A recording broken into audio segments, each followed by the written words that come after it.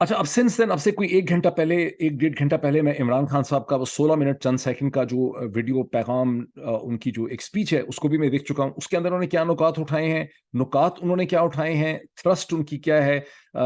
Sense of direction ان کی کیا ہے, خوف ان کا کیا ہے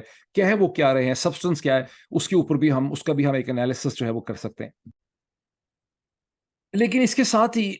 ہم دیکھتے ہیں کہ ہندوستان سے ایک بہت امپورٹنٹ ہمارے سامنے ڈیولپمنٹ ہوئی, جہاں انڈیا کی سپریم کورٹ کے ایک 3 ممبر بینچ کے جو پریزائڈنگ جج صاحب تھے, انہوں نے کانگریس کے لیڈر راہل گاندھی کا وہ جو 2 ایئرس کا سینٹینس تھا اسے انہوں نے سسپینڈ کر دیا. پوری کنوکشن انہوں نے سیٹ اسائڈ نہیں کی, اس کے لیے راہل گاندھی کو دوبارہ ایک ٹرائل کورٹ میں جانا پڑے گا. لیکن جس کی کروشل بہت بڑی سگنیفیکنس ہے کہ انڈین جو سپریم کورٹ ہے اس نے بڑے ڈسائزو طریقے سے انڈین پالیٹکس کو کریکٹ کرنے کی کوشش کی ہے, اس میں انٹروین کیا ہے, اور اس انٹرونشن کے نتیجے میں کانگریس کے لیڈر راہل گاندھی جو ہے وہ دوبارہ ہندوستان کی پارلیمنٹ میں جا بھی سکیں گے. اور ہندوستان میں اب ہم چونکہ اگست میں کھڑے ہیں, اگست سپٹمبر اکتوبر نومبر دسمبر 5 مہینے 4.5 مہینے 5 مہینے اس سال کے, اور پھر 4 مہینے اگلے سال کے, بیکاز مئی 2024 میں ہندوستان میں الیکشن ہونے ہیں. تو یہاں پر یہ بھی ایکسپیکٹڈ ہے کہ راہل گاندھی اس الیکشن میں کھڑے ہو سکیں گے. اچھا اب ذہن میں یہ بھی رکھنا بہت ضروری ہے کہ ویسے اگر آپ کامن تھیم میں دیکھیں تو راہل گاندھی کی کوئی خاص سگنیفیکنس نہیں ہے. نریندر مودی بہت زیادہ پاپولر ہیں. یہ آل پریڈکشنز یہی کہتی ہیں کہ 2024 کا الیکشن بھی ایک لینڈ سلائڈ کی شکل میں RSS BJP وہ الیکشن جو ہے وہ جیت سکتے ہیں, اور یہ کوئی خاص تھریٹ جو ہے یہ سارا کانسٹیٹیوٹ نہیں کرتا. لیکن یہاں پر ایک سگنیفیکنس ہے, once again from that connecting point of view. جب آپ دیکھتے ہیں کہ گجرات کے اندر جو اسٹیٹ ہے, بی جے پی کنٹرول اسٹیٹ ہے, جہاں سیشن کورٹ کیا فرسٹ کورٹ فرسٹ انسٹنس تھی, اور جہاں پر ہائی کورٹ بھی تھی, جہاں سے راہل گاندھی کو ریلیف نہیں ملی, حالانکہ بہت ہی سر پیر کوئی نہیں تھا اس ڈیسیشن کا, اس ورڈکٹ کا جو کہ ٹرائل کورٹ سے کیا گیا. لیکن ان سب چیزوں کو چھوڑ دیں, اصل سگنیفیکنس یہ ہے کہ راہل گاندھی جس کو بہت بیکار, کمزور, فضول اور پتہ نہیں کیا کچھ سمجھا جاتا ہے from the BJP and RSS propaganda lens سے, اس نے اتنی ایک امپورٹنس اور اتنی ایک تھریٹ پرسپشن کریٹ کی BJP RSS کی مشین کے لیے کہ انہوں نے ایک عدالت کو استعمال کر کے راہل گاندھی کو پولیٹیکل فیلڈ سے نکالنے کی کوشش کی. نہ صرف نکالنے کی کوشش کی بلکہ انہوں نے ہائی کورٹ سے بھی اس ڈیسیژن کو اپہولڈ کروایا. یعنی جہاں تک ان کا اپنا پولیٹیکل کنٹرول چلتا تھا گجرات کے اندر, اور سپریم کورٹ پہ ان کو نہیں تھا کلیئرلی, وہاں تک انہوں نے اپنی من مانی کی. کوشچن یہ پیدا ہوتا ہے کیوں, اگر راہل گاندھی اس سٹیج پہ اتنا ہی بیکار, اتنا ہی کمزور, اتنا ہی بے اثر ہے, اس کا کوئی فیوچر ان کو نظر نہیں آتا, اگر وہ کوئی تھریٹ کانسٹیٹیوٹ کرتا ہی نہیں ہے, تو پھر اتنی زیادہ محنت اور اتنا زیادہ کھلم کھلا قسم کا یہ ایکشن کرنے کی ضرورت کیوں پڑی. میرا انالیسس یہ ہے کہ راہل گاندھی نے جو ایک یاترا کی, پیدل مارچ کی, کئی دنوں یا کئی ہفتوں کی اکراس انڈیا, جو کہ ہندوستان کی پولیٹیکل تاریخ میں ایسی مارچز بہت سی کی جاتی ہیں, وہاں سے راہل گاندھی کی جو آؤٹ ریچ, جو پبلک کانٹیکٹ تھا وہ بڑھا, اور ہندوستان کی اپوزیشن کو ایک نسبتاً بہتر لیڈرشپ جو ہے وہ ملنے لگی, اور اس وجہ سے راہل گاندھی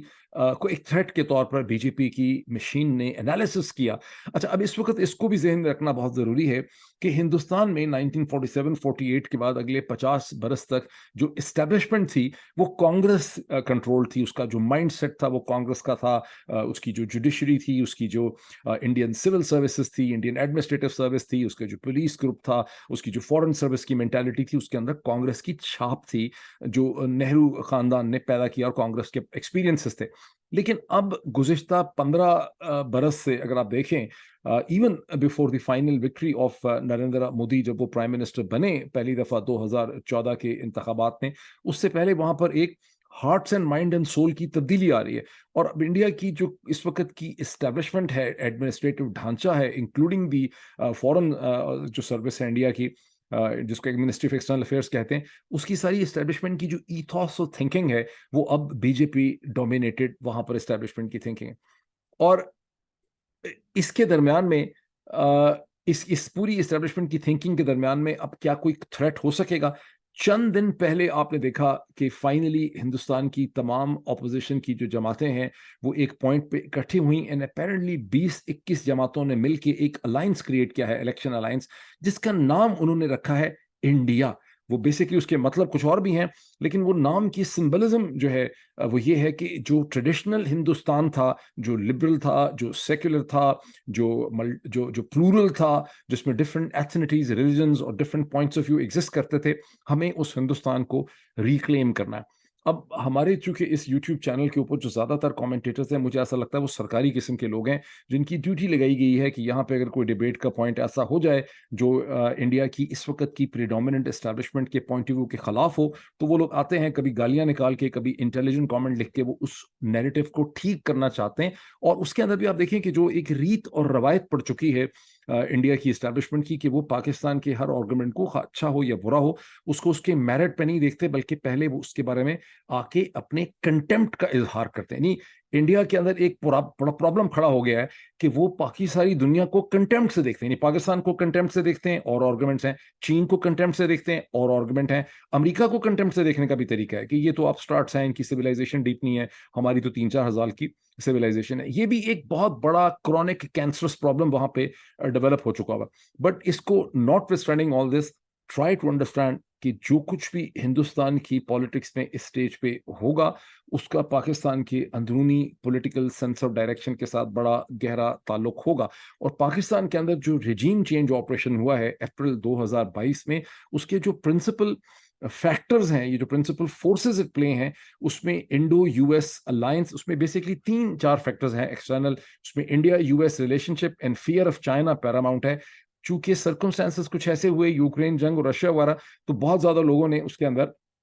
رشیا کو مکس کر دیا ہے۔ رشیا کا تو ایک بالکل ایک نیا سا ہی ایک ریلیشن شپ تھا جو چینی چاہتے تھے کہ بن جائے، ادروائز رشیا کا پاکستان کے اندر کوئی انگریس نہیں ہے، کوئی پینیٹریشن نہیں ہے، کوئی ان کا انفلوئنس نہیں ہے، کوئی ان کا رول نہیں ہے، اور کوئی ایسا ریلیشن شپ بھی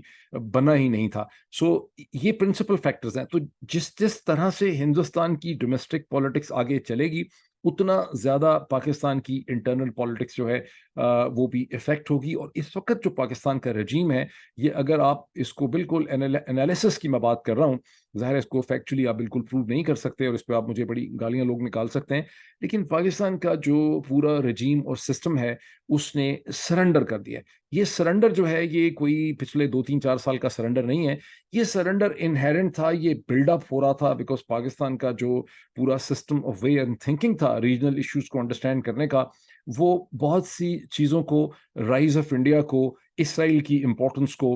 ویسٹ ورسز چائنا کی کانفرنٹیشن کی امپلیکیشنز کو انڈرسٹینڈ نہیں کر سکا۔ چونکہ انڈرسٹینڈ نہیں کر سکا، تو وہ جو کروشل ڈیسیجن میکنگ ہوتے ہیں، کہتے ہیں اسٹچ اینڈ ٹائم سیوز 9، تو وہ جو کروشل ڈیسیجن میکنگز ان کو کرنی تھیں ڈفرینٹ اسٹیجز میں، وہ کر نہیں سکے۔ فار انسٹنس، جس کو میں نے کئی دفعہ دہرایا ہے، اس کو صرف 5% لوگ سمجھتے ہیں، 95% لوگ اس کو سمجھتے نہیں ہیں، ان کے ذہن میں اس قسم کے تعصبات اور پریجوڈسز فیڈ کیے گئے ہیں۔ اور جس ملک کے اندر 30 ٹیلی ویژن چینلز کے اوپر 30 ملا روز لیکچر دیں، وہاں ظاہر ہے کہ انسانی دماغ کی سوچنے سمجھنے کی صلاحیتیں کمزور سے کمزور تر ہوتی چلی جاتی ہیں۔ ارلی 90s میں اگر پاکستان کی اسٹیبلشمنٹ کسی میکینزم کے ذریعے اسرائیل کی اسٹیبلشمنٹ کو انگیج کرنا شروع کر دیتی، تو آج پاکستان کی اسٹیبلشمنٹ کو جس طرح کے سرنڈر کے اوپر مجبور کیا گیا ہے، اس کا کنٹرول ہی چھین لیا گیا ہے، اس کے اپنے مائنڈ پہ ہی کنٹرول ہو گیا ہے، ایسا نہ ہوتا اور اس کی لیوریج بڑھ جاتی، اور اس کے ہندوستان سے بھی نسبتاً بہتر تعلقات ہوتے۔ گوئنگ فارورڈ، پاکستان کی اسٹیبلشمنٹ کے لیے اب بڑا پینفل پوائنٹ ہے کہ انہوں نے انڈیا کی اس رائزنگ پاورفل ہندوتوا اسٹیبلشمنٹ سے کیسے انہوں نے اس کے ساتھ ڈیل کرنا ہے، بیکاز یہ بہت بڑا چیلنج ہے، بہت مشکل چیلنج ہے، یہ کوئی آسان چیز نہیں ہے، بہت ہی مشکل چیز ہے۔ اور دوسری طرف یہ ہے کہ اس انڈو یو ایس الائنس کو کیسے ڈیل کرنا ہے، اور کس طرح سے اس ہاسٹیلٹی کو ریڈیوس کرنا ہے۔ بٹ یہ ڈائگریشن امپورٹنٹ ہے، اس کو مجھے بہت شک اور مجھے بہت خوف ہے کہ بہت سے لوگ آپ میں سے شاید اس کو نہ سمجھ سکیں، آپ کہیں یار یہ کیا، شاید ہو سکتا ہے بند ہی کر کے چلے جائیں کہ یہ کیا یبڑیاں اسے کہتے ہیں مار رہے ہیں، کوئی اس کی سینس کوئی نہیں ہے، بیکاز اس سے زیادہ کھول کے اس کو ایکسپلین کرنا اس اسٹیج پہ جو ہے وہ ممکن نہیں۔ اب ہم واپس آ جاتے ہیں کہ واپس آئیں پاکستان کی پولیٹیکل سچویشن کے اوپر۔ میں آپ کو ایک چھوٹی سی اگزامپل اس کی دیتا ہوں۔ اس وقت جو کیس ہے، توشہ خانے کیس کے حوالے سے میں بات کرنے لگا ہوں، جس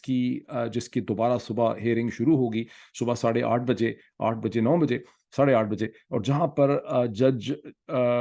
دلاور صاحب جو ہیں، وہ یہ فرما چکے ہیں کہ اگر میرے سامنے عمران خان ذاتی طور پر پیش نہیں ہوں گے, یہاں پہ آ کے اپنی سماعت کو اور اپنے آرگومنٹس کو کمپلیٹ نہیں کریں گے, then I can reserve the judgment, میں فیصلہ کر سکتا ہوں, which is very interesting because Islamabad High court کے جو ڈیسیجنز ہے اس کے باوجود وہ یہ کہہ رہے ہیں, حالانکہ اسلام آباد ہائی کورٹ نے ایک چیز تو یہ بھی کہی ہے کہ جہاں تک رائٹ آف ڈیفینس کا تعلق ہے کہ عمران خان کے گواہان کو نہیں سنا گیا, اس کے لیے انہوں نے ریسپونڈنٹ یعنی اسلام آباد ہائی کورٹ کو اور جو ای سی پی ہے ان کو نوٹسز ایشو کی ہیں, لیکن وہ اگلے ہفتے کے حوالے سے ہیں جنرلی, اور وہ منڈے آنورڈز ہونی ہے. تو اگر وہ نوٹسز ایشو کیے گئے ہیں تو پھر ان کی کیا امپورٹنس رہ جاتی ہے جب اسلام آباد ہائی کورٹ کے ایڈیشنل سیشن جج صاحب فرما رہے ہیں کہ میں سیٹرڈے کو اپنا فیصلہ کر سکتا ہوں. تو یہاں آپ کو ایک کنفیوژن بھی نظر آتی ہے, لیکن یہ کنفیوژن اگر آپ کو نظر آتی ہے تو ایک اور پچھلا پیراڈائم اگر آپ اس میں انٹروڈیوس کریں تو ساری کنفیوژن ختم ہو جائے گی کہ جو پروسیس آف لا ہے یہ پروسیس آف پالیٹکس کا ایک بڑا چھوٹا کمپوننٹ ہوتا ہے. کبھی بھی کسی بھی میونسپل سسٹم کے اندر, اور انٹرنیشنل کوئی ایسا لا ہے ہی نہیں جسے کوئی امپلیمنٹ کر سکے, لا بنیادی طور پر میونسپل یا نیشنل ہی ہوتا ہے بیکاز وہاں ایک defined existing accepted sovereign exist کرتا ہے جس نے اس لا کو امپلیمنٹ کروانا ہوتا ہے. انٹرنیشنل ریلم کے اندر چونکہ ایک سنگل سوورن ہے ہی نہیں جہاں تمام لا ڈیرائیو ہوتا ہے from conventions and treaties and bilateral arrangements, تو وہاں کوئی اس طرح سے well defined strong black and white law جو ہے وہ ہوتا نہیں ہے. لیکن ڈومیسٹک جو جورسڈکشن ہوتی ہے اس کے اندر بھی الٹیمیٹلی جو چیز پریویل کرتی ہے وہ پالیٹکس ہوتی ہے. پالیٹکس کی ایک سینس, اس کی جو ڈائریکشن ہے وہ سپیریئر ہوتی ہے, اور تمام لا ایک آپٹکس کے طور پہ چلتا ہے, اس کے اندر وہ کہیں سکسیڈ کر جاتا ہے کہیں سکسیڈ نہیں کرتا. جیسا کہ آپ نے دیکھا کہ انڈین سپریم کورٹ کے پاس اتنی سپیس تھی کہ باوجود اس کے کہ نریندر مودی کی اسٹیبلشمنٹ نہیں چاہتی کہ راہل گاندھی کو ریلیف ملے, وہ اس کو باہر رکھنا چاہتے ہیں پارلیمنٹ کے پروسیس سے اور الیکشن سے, اس کے باوجود انڈین سپریم کورٹ کے پاس اتنی ایک سپیس تھی کہ انہوں نے کمفرٹیبلی انٹروین کیا ہے. اچھا, ایک اور بھی چیز مائنڈ میں رکھیں کہ ہندوستان کے اندر سپریم کورٹ میں آرٹیکل 370 کے اوپر جو بحث شروع ہو چکی ہے اور جو بہت دیر سے شروع ہوئی 2019 20 21 22 4 سال کے بعد شروع ہو رہی ہے, اس کی بھی کوئی پولیٹیکل سینس ہے. اس کا میں انالیسس کروں گا اور آپ کے سامنے لے کے آؤں گا. وہ ایک خالصتاً لیگلسٹک قسم کی ڈسکشن نہیں ہے, گو کہ پوائنٹس وہاں پر جو وکیل صاحب نے رکھے ہیں وہ بہت بریلینٹ ہیں, جو وکیل وہاں پوائنٹ لے کے آئے ہیں آرٹیکل 370 کشمیر کے حوالے سے, لیکن فیصلہ وہاں جو ہونا ہے وہ لیگل ایشوز پہ نہیں ہوگا. پہلے تو 4 سال کے بعد وہاں ایک پولیٹیکل ڈائریکشن سیٹل کرنے کی کوشش کی جا رہی ہے. ونس اگین وہ ہمارے لیے, پاکستان کے لیے بڑی امپورٹنٹ ہوگی. But coming back to this, ہم آ جائیں واپس اس کے جو کیس ہے. میں اب آپ کو ایک چھوٹا سا, جب بچپن میں بہت پڑھتا تھا سیکنڈ ورلڈ وار کی کتابیں, تو سیکنڈ ورلڈ وار سیکنڈ کی ایک میں کتاب پڑھ رہا تھا جس میں یورپ کے اندر لڑائی ہو رہی ہے کہیں 1942 اور 43 کے درمیان میں بٹوین دی جرمن فورسز جو کنٹرول کرتی ہیں ایک ہل ٹاپ کو جس کو اسٹریٹجکلی امپورٹنٹ سمجھا گیا, اور دوسری طرف سے امریکن الائڈ فورسز ہیں جو اس ہل ٹاپ کو کیپچر کرنا چاہتی. تو امریکنز اس کو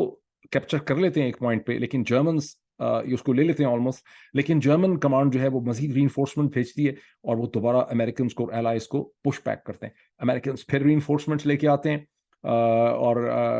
وہ دوبارہ اس کو کیپچر کر لیتے ہیں. جرمنز پھر کاؤنٹر اٹیک کرتے ہیں اور دوبارہ اس کو لے لیتے ہیں. فائنلی امریکنز ری آرگنائز کرتے ہیں اور اپنی خاصی ری انفورسمنٹس کے ساتھ وہ اس ہل ٹاپ کو لے لیتے ہیں. اس کے بعد ایک بڑی انٹرسٹنگ ڈیولپمنٹ ہوتی ہے جب امریکن اینڈ الائز کمانڈر ہل ٹاپ کی سچویشن کو دیکھتے ہیں, جتنا اس پہ انفینٹری اٹیک ہو چکا ہے, جتنی اس پہ گولہ باری ہو چکی ہے, تو وہ نتیجے پہ پہنچتے ہیں کہ اس ہل ٹاپ کی تمام اسٹریٹجک امپورٹنس اب ختم ہو چکی ہے اور اس کو ایز اے اسٹریٹجک پوائنٹ وہ ابنڈن کر دیتے ہیں, سرنڈر کر دیتے ہیں. اسی طرح سے بہت سی چیزیں جو پولیٹیکل بیٹلز ہوتی ہیں, ابھی جو توشہ خانے کا کیس ہے اس کے اوپر اتنی لیدے ہو گئی ہے, اتنا ایکسپوزے ہو گیا ہے, اس کے اوپر اتنی بحث ہو گئی ہے, اس کی اتنی چیزیں کھل کے جو ہے دنیا اور لوگوں کے سامنے آ گئی ہیں کہ مجھے ایسا لگتا ہے کہ اسٹیبلشمنٹ جب اس کو اسیس کر رہی ہوگی خود سے, اور یہ ذہن میں رکھنا چاہیے کہ جسٹس عامر فاروق صاحب جو ہیں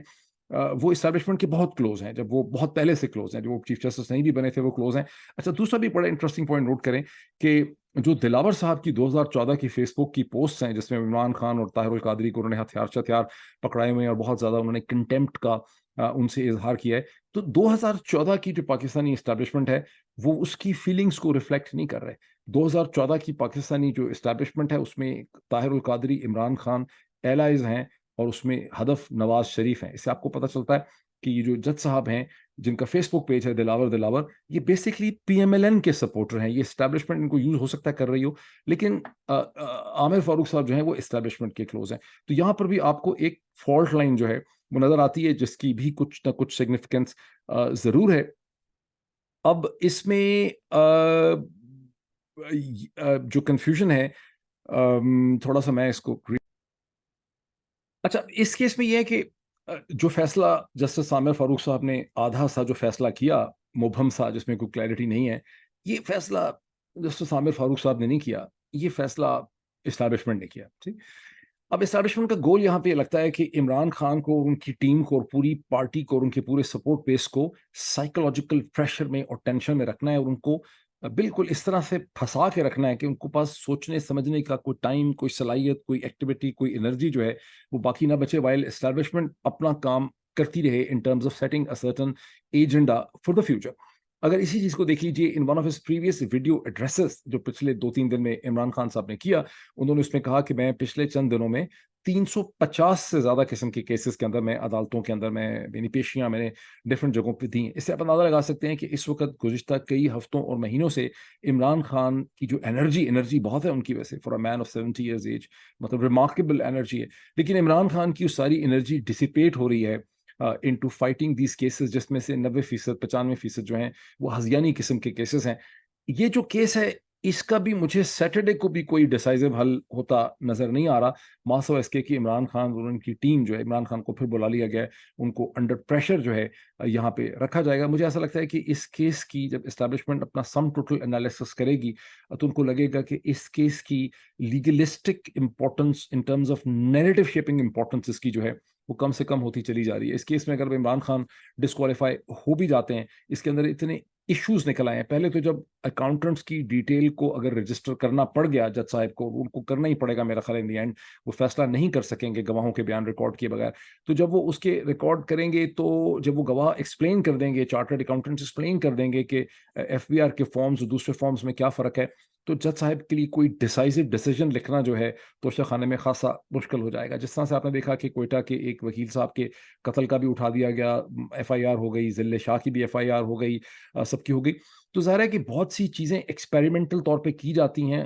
انیشیٹو لے لیا جاتا ہے اور لگتا ہے کہ اس میں سے ہم ڈیزائرڈ رزلٹ حاصل کر سکیں گے, لیکن چیزیں آگے چلتی ہیں اور ایکسپوزے ہوتا ہے جب چیزیں کھلتی ہیں تو اسٹیبلشمنٹ کو لگتا ہے کہ یار یہ اسٹریٹجی کوئی اتنا زیادہ رزلٹ جو ہے ییلڈ نہیں کر رہی. تو مجھے اس وقت شک یہ ہے کہ سیٹرڈے کو بھی کوئی کنکلوژن نہیں ہو سکے گا, اور ہو سکتا ہے کہ اسٹیبلشمنٹ اس نتیجے پہ پہنچے کہ یہ پوری کی پوری اسٹریٹجی کسی سٹیج پہ اس کو سلو ڈاؤن کرنا پڑے, ابنڈن کرنا پڑے, اور کوئی اور چیز جو ہے وہ نکالنی پڑے. کوئی ڈیل نہیں ہے, پوسچرنگ ضرور ہو رہی ہے. جس طرح سے ٹینگو کا ایک ڈانس ہوتا ہے اسپینش قسم کا میرا خیال ہے, جس میں ڈانسرز ایک دوسرے کو دیکھ کے اپنے سٹیپس کو چوز کرتے ہیں اور یہ بڑا سیکشل رومانٹک ڈانس ہوتا ہے, اسی طرح سے اس وقت جو پاور پلیئرز ہیں جس میں اسٹیبلشمنٹ اور عمران خان کی پی ٹی آئی اور پی پی پی اور پی ایم ایل این, یہ ایک ٹینگو ڈانس کر رہے ہیں ریزلٹس کے آؤٹ کم کو ڈٹرمن کرنے کے لیے. تو یہاں پر یہ سچویشن کھڑی ہے. اب کوئکلی ہم دیکھ لیتے ہیں کہ عمران خان کی اسپیچ کے مین پوائنٹس کیا ہیں. اسپیچ ان کی 16 منٹ کچھ سیکنڈ کی ہے, جس میں انہوں نے جج دلاور صاحب کی باعث کا بھی ذکر کیا, اپنی ڈسسیٹسفیکشن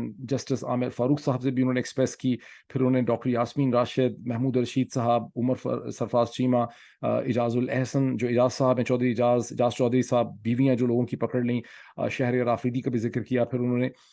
عمران ریاض کا کہا کہ اس کا کیا تعلق ہے مے 9 کے واقعات سے, افتخار دورانی کا اس کے ساتھ کیا تعلق ہے, اور پھر انہوں نے کہا کہ کس طرح سے جو پولیس آرگنائزیشنز کو کے پی میں اب جس طرح سے استعمال کیا جا رہا ہے ود اے سرٹن وینجنس, اس سے کیسے پولیس آرگنائزیشن کا تمام کیریکٹر اور اس کی کیپیبلٹی جو ہے وہ متاثر ہو رہی. لیکن جو ساری کچھ کہا عمران خان صاحب نے 16 منٹ چند سیکنڈ, اس کی جسٹ یہ ہے کہ ایک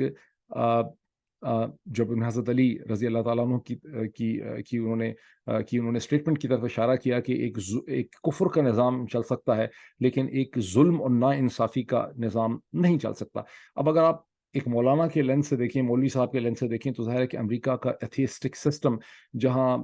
لیسبین, گے اینڈ ٹرانسجینڈر وٹ ایور کو بھی رائٹس ہیں, تو یہ ایک کفر کا سلسلہ ہے. لیکن آن دی ادر ہینڈ یہ ایک سسٹم ہے جو جسٹس اور انصاف کے اوپر بہت حد تک مبنی ہے, اور پاکستان کے مقابلے میں یہاں 100 گنا زیادہ انصاف لوگوں کو ملتا ہے. تو یہ سسٹم سسٹینیبل ہے اور یہ لاز آف فزکس یا نیچرل لا سے مطلب چل رہا ہے. عمران خان صاحب نے اسٹیبلشمنٹ کو یہ پیغام دینے کی کوشش کی ہے کہ آپ جو کچھ بھی کر رہے ہیں, آپ کے پاس طاقت ہے, بہت طاقت ہے آپ کے پاس, لیکن آپ جو نظام اور جو ڈھانچہ کھڑا کرنا چاہ رہے ہیں یہ سسٹینیبل نہیں ہے, یہ ورک نہیں کر سکتا. اس میں انہوں نے اگزامپل ایسٹ یورپ اور ویسٹ یورپ کی دی کہ کیسے ایسٹ یورپ جو آئرن کرٹن میں چلا گیا, بڑی تہذیب تھی ایسٹرن یورپ کنٹریز کی, بہت بڑی بڑی اس میں سویلائزیشنس تھیں. جب آپ ہیبسبرگ امپائرس کو دیکھتے ہیں, ہنگری کی پاس دیکھتے ہیں, لیکن کس طرح سے وہ سب کچھ کولیپس ہو گیا اور کیسے گزشتہ 70 برس میں جو ویسٹرن یورپ ہے وہ پراسپرس ہوا, اس نے ترقی کی. پھر انہوں نے Korea, south Korea, north Korea کی ایگزامپل دی. ایک ہی قوم ہے, ایک ہی کورین لوگ ہیں, ایک ہی مائنڈ ہے, لیکن نارتھ کوریا کے حالات دیکھیں اتھارٹیرین سسٹم میں, ساؤتھ کوریا کی پراسپیرٹی جو ہے آپ دیکھیں. تو انہوں نے بیسکلی اسٹیبلشمنٹ کو پیغام یہ دیا کہ دیکھیں آپ جو کچھ کھڑا کرنا چاہ رہے ہیں یہ سسٹین نہیں ہو سکتا اور یہ ورک نہیں کرے گا اور اس سے صرف پاکستان کو نقصان ہوگا. اور پھر انہوں نے کہا کہ سب کو پاکستان کا سوچنا چاہیے, پی ڈی ایم کو بھی, سب کو, اور پاکستان کا یہ ایک ہی حل ہے کہ free fair and transparent election جو ہے وہ یہاں پہ ہونے چاہیے. اب یہاں پہ عمران خان صاحب کی جو غلطی ہے وہ یہ کہ وہ یہ اسیوم کر رہے ہیں کہ باقی سارے لوگ پاکستان کے بارے میں نیسیسریلی سوچ رہے ہیں. یہ ہم بھی یہ غلطی روز کرتے ہیں. اصل میں لوگ اس طرح سے پھنس گئے ہوئے ہیں کہ وہ پاکستان کے بارے میں سوچ نہیں سکتے. اور جیسا کہ میں نے شروع میں خاصی بورنگ سی تمہید میں آپ کو ایکسپلین کیا کہ ایشوز پاکستان کی اسٹیبلشمنٹ کے کنٹرول سے بھی باہر ہیں. مجھے ایسا لگتا ہے کہ اس وقت ایک میکینیکل ایکشن ری ایکشن تو اسٹیبلشمنٹ کی ڈفرینٹ فارمیشنز کر رہی ہیں, لیکن جنرل باجوہ نے جو موو کی ہیں بغیر سوچے سمجھے ہوئے, اور وہ ظاہر اس وقت جب ان کے پاس اتنی طاقت تھی, اتنی امپیونٹی سے انہوں نے ایکشنز کیے ہیں کہ ان کو خود بھی احساس نہیں ہوگا کہ ان کے ایکشنز کے نتیجے میں پاکستان کی اسٹیبلشمنٹ کے لیے اور ریاست کے لیے کس قسم کے چیلنجز جو ہیں وہ کھڑے ہو جائیں گے. اب جو اسٹیبلشمنٹ ہے اس نے ان چیلنجز کو انہیریٹ کیا ہے, یہ ایکشن ری ایکشن کر رہے ہیں, ری ایکٹیویٹی سیٹ میں چل رہے ہیں. ان کے پاس کوئی ویژن نہیں ہے کہ آگے ہونا کیا ہے. اور جیسے کہ میں نے آپ کو ایکسپلین کیا کہ چیزیں بہت بڑی ہیں that exist between what is going to happen between India, China and United States, تو پاکستان اس کے درمیان میں پھنسا ہوا ہے. بہرحال اپنے جو ہم کہہ سکتے ہیں کہ جو ویژن فارورڈ ہے اس میں جو کی پلیئرز ہیں وہ اسٹیبلشمنٹ ہے, پی ٹی آئی ہے اور پیپلز پارٹی. یہ 3 مین کی پلیئرز ہیں جن کے درمیان کچھ نہ کچھ نیگوسیشن اور بات چیت بیہائنڈ دی سینس ہونی چاہیے. اس میں جو چوتھا پلیئر اپیرنٹلی کنٹرول میں بہت نظر آتا ہے, شہباز شریف, نواز شریف والا کی پارٹی, وہ پولیٹیکلی طور پہ ڈیڈ ہو چکی ہے, وہ ارریلیونٹ پارٹی ہے, وہ نیوسنس ہیں. جتنی تیزی سے اسٹیبلشمنٹ ان سے اپنی جان نکال سکتی ہے اور ان کو فارغ کرے اس ایکویشن سے, اور پرنسپل پلیئرز کے ساتھ which is establishment, P P P and P T I, وہ بات چیت ہو, ہم کسی سولوشن کی طرف جا سکتے ہیں. ابھی اتنا ہی. It was a difficult vlog. Let's see. Thank you.